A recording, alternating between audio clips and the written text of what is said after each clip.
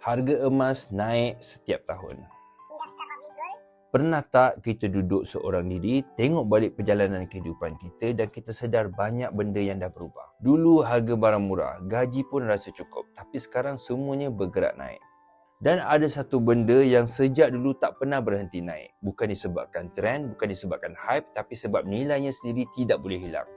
Itulah emas. Setiap tahun, walaupun ekonomi bergegar, ekonomi jatuh naik turun, inflasi semakin menekan, emas tetap berdiri dengan sendirinya. Diam tetapi nilainya terus meningkat. Kalau kita tengok sejarah 10 hingga 20 tahun ke belakang, emas tidak pernah jatuh. Malah ia naik perlahan-lahan, stabil macam perjalanan kehidupan kita sendiri. Dan sebab itu, orang yang simpan emas bukanlah orang yang nak cepat kaya. Mereka adalah orang yang faham tentang masa depan. Orang yang tahu bila harga barang naik setiap tahun, nilai duit kita akan jatuh. Tetapi nilai emas akan tetap melindungi kekayaan. Bayangkan satu hari nanti anak kita bertanya, "Ayah, ibu, macam mana ayah bersedia untuk ekonomi yang tak menentu dulu?"